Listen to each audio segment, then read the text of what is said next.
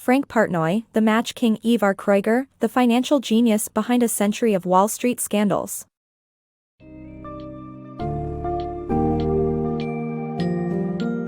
Embark on a thrilling journey through the world of Ivar Kreuger, the match king, as we explore his daring ventures and financial schemes that shook Wall Street in the Roaring Twenties.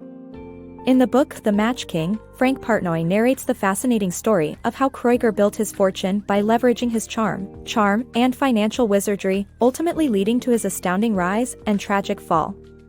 Through Kreuger's innovative financial instruments and cunning strategies, you will witness the birth of several complex Wall Street products and markets that still persist today. As you delve into Kreuger's gripping tale, you will unravel the secrets that made him one of the most captivating figures in the world of finance, and learn the lasting impact his actions had on the global financial landscape.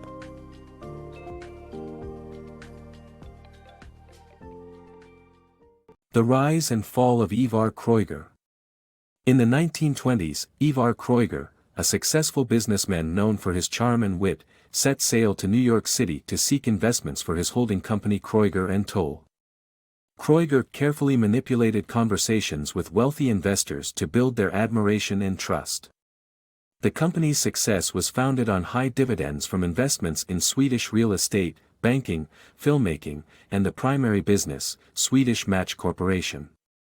Kreuger's new plan was to lend to governments in return for exclusive rights to sell matches in their countries.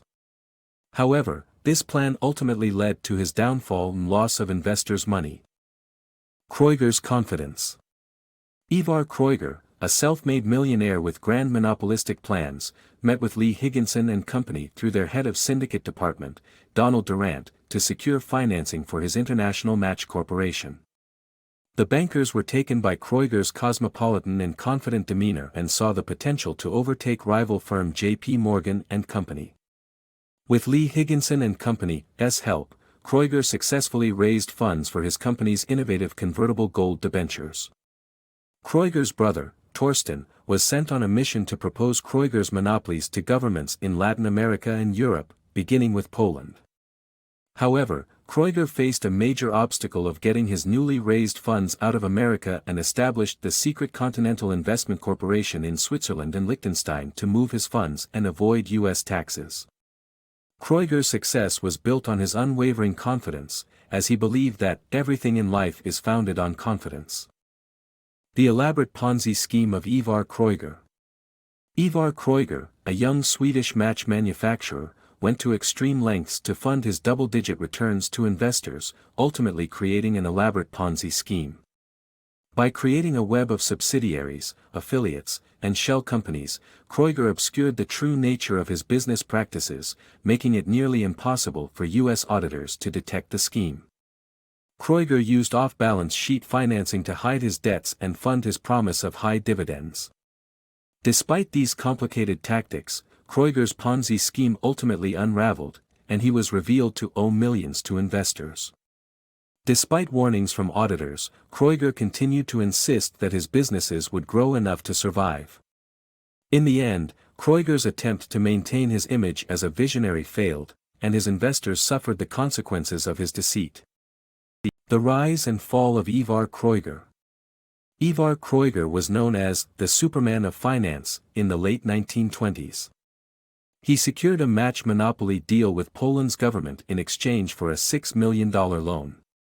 To raise more money, he invented B shares, each with only 1/1000 of a vote, which enabled him to raise funds without ceding much power to investors.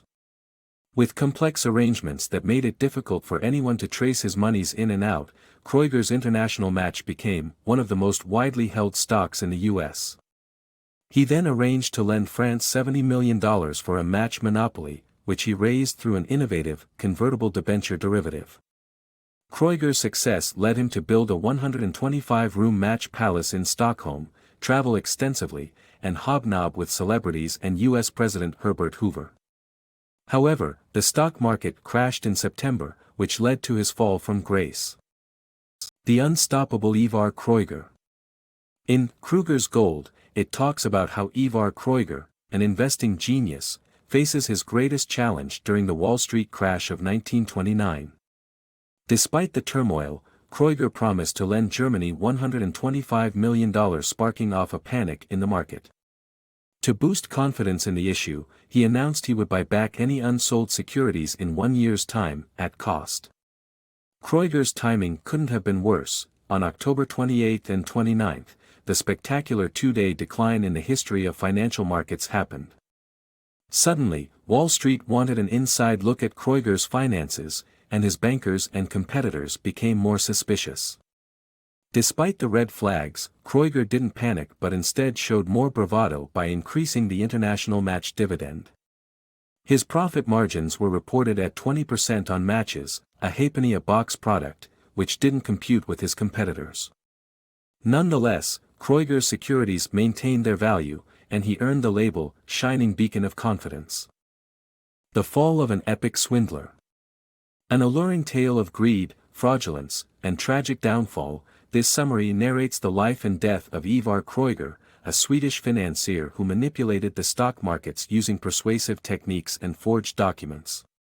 Ivar Kreuger was an influential financier who successfully managed to monopolize the global match market, make a name for himself as a business advisor to celebrities like Greta Garbo, and receive accolades from investors worldwide. However, his seemingly impeccable reputation and immense wealth were built on a series of lies, inflated financial reports, and masterful deceptions. Kreuger's ultimate conquest was the creation of phony Italian government bills worth $100 million, which he kept in his safe at the Match Palace and used as collateral for loans.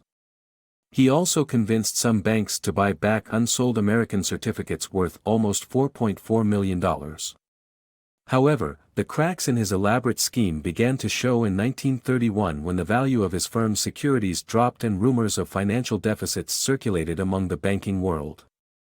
Despite Kreuger's attempts to artificially boost his company's share price by buying his own stocks, Lang & Ericsson, another Kreuger firm, were under investigation by Price Waterhouse and IT&T, respectively. To make matters worse, Swedish Match, Kreuger's primary company, was hit with a $2 million loan payment, and Kreuger himself had expensive interest payments to make. As the pressure for cash mounted, Kreuger's health deteriorated, and he increasingly became reclusive, disappearing for months and avoiding human contact. By February 1932, he physically collapsed, suffering from manic depressive episodes. Two of Kreuger's associates searched his Match Palace for collateral and found the forged Italian bills, which Swedish authorities later used to collect Kreuger's business documents and launch inquiries into the fraud. Kreuger's downfall was complete when he shot himself through the heart in his Paris apartment in March 1932. His creditors, including prestigious institutions like Harvard College and Chase Securities, were left empty-handed, and investors worldwide were left panicking. The New York Stock Exchange recorded the largest single trade in history, a sale of 673,800 American certificates of Kreuger and Toll, whose value plummeted to pennies. In essence, Ivar Kreuger's life was a cautionary tale of the extremes of greed and deceit that can manifest in the pursuit of wealth and power. His reputation as a mastermind of financial schemes has become a subject of fascination for many interested in the darker side of the stock market. His death serves as a cautionary tale of the fatal outcomes of bending ethics in the quest for success, leaving behind a legacy of greed and manipulation that has reverberated throughout history. The rise and fall of Ivar Kreuger. Ivar Kreuger, once a celebrated businessman, became infamous for his financial manipulations and forgery. His downfall sparked reforms in securities laws and regulations that are still in place today. Although he was the greatest financial fraudster of his time, he was also a builder and hero in the eyes of many. Despite his tarnished reputation, the businesses he founded, such as Swedish Match, continue to thrive. His legacy also includes being the progenitor of many of the complex financial products and markets on Wall Street.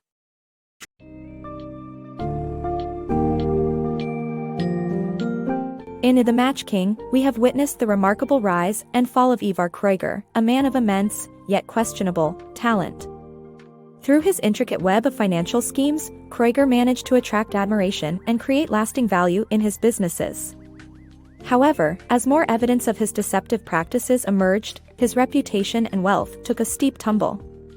Kreuger's tale extends well beyond the epochs of the Roaring Twenties and the Great Depression, leaving an indelible mark on the world of finance, as his actions led to the implementation of critical regulations, such as the Securities Act of 1933 and the Securities Exchange Act of 1934. As you bid farewell to this gripping account, reflect on the dual nature of Kreuger's story, both as a testament to his influence as an audacious financial genius, and as a cautionary tale of the perils that lie in the pursuit of wealth and power.